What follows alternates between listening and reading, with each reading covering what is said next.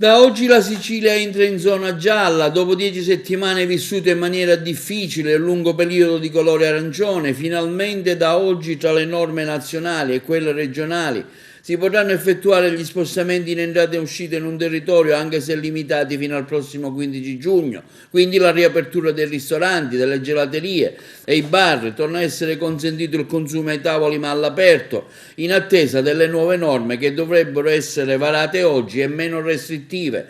Tanta la soddisfazione delle persone stamani che abbiamo intervistato in un autobar di San Leone, La Vela, uno dei posti più frequentati. Finalmente ci voleva. Massima cautela, però è giusto che l'attività riprendano e una semivita riprenda, poi ci vedrà, speriamo e siamo fiduciosi. Il peggio è passato secondo lei? Si spera, se si pensasse il contrario comincerebbe a essere molto nichilista la posizione. Vaccino, lei si è vaccinato? Ancora no, non è stato il mio turno, però lo farò anche nel rispetto degli altri. E speriamo che effettivamente sia una brutta pagina che sia già finita. Si riprende l'attività finalmente, ci possiamo sedere al bar che era già diventata una cosa proibitiva, ma ora pare che le cose vanno per il meglio. Speriamo bene che quest'estate sia proficua di attività anche per tutte quelle categorie che hanno avuto danni ingenti. Speriamo che i turisti affluiscano in massa in modo che questo paese si possa riprendere.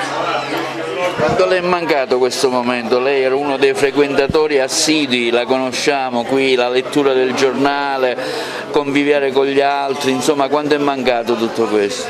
Tantissimo, veramente tantissimo. Non c'è peggiore cosa di essere privati delle cose. Hanno un lato positivo, che poi le cose che mancano si apprezzano molto di più e si capisce quanto dobbiamo fare per cercare di evitare non solo le epidemie, ma anche accorgerci che durante le vacanze estive occorre risparmiare il mare di tutti quegli oggetti che normalmente siamo portati a buttare a mare non sapendo il danno che provochiamo. Lei si è vaccinato?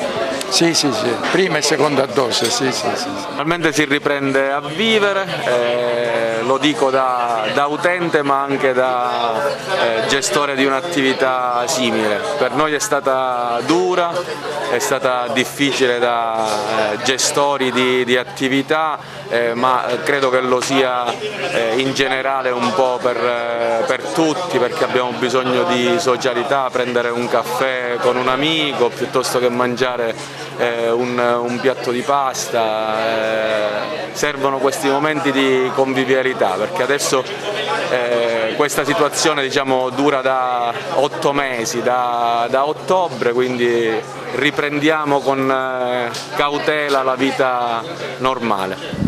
Mi permetto, tu sei un collega, hai vissuto e raccontato anche tu questi momenti, cosa resta di questi momenti? Di questi momenti rimane un'esperienza credo difficile per tutti da immaginare. Avremmo potuto immaginare non so, qualsiasi cosa, una guerra mondiale, ma non vivere una situazione che è stata davvero surreale davvero. Lei qualcosa me la dice? Sono contento di questa ripresa, sono contento di vedere Leonardo e poter bere un caffè in compagnia, cosa così semplice ma importantissima di questi tempi.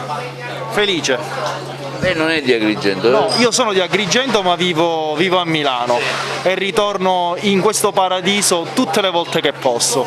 Quindi ha vissuto a Milano anche l'esperienza quest'anno di Covid, insomma come? Insomma, differenza ha notato? Complicato perché qui gli spazi sono ampi, a Milano si parla di vivere in un appartamento ed è complesso, faticoso, ma ce l'abbiamo fatto, comunque è un'esperienza tra virgolette arricchente. Come si vive questo momento, si ritorna? Bellissimo, speriamo che si ritorna come prima, siamo stanchi, speriamo che dura, che così ci godiamo un po' che il sole, contentissima. signora, una battuta lei com'è? Si ritorna a mangiare qui? Buon inizio a tutti. Contenta, no? Come si è vissuto questo momento di Covid? Cosa ricorda, insomma? Ormai il peggio è passato, no? Il peggio dovrebbe essere passato, speriamo.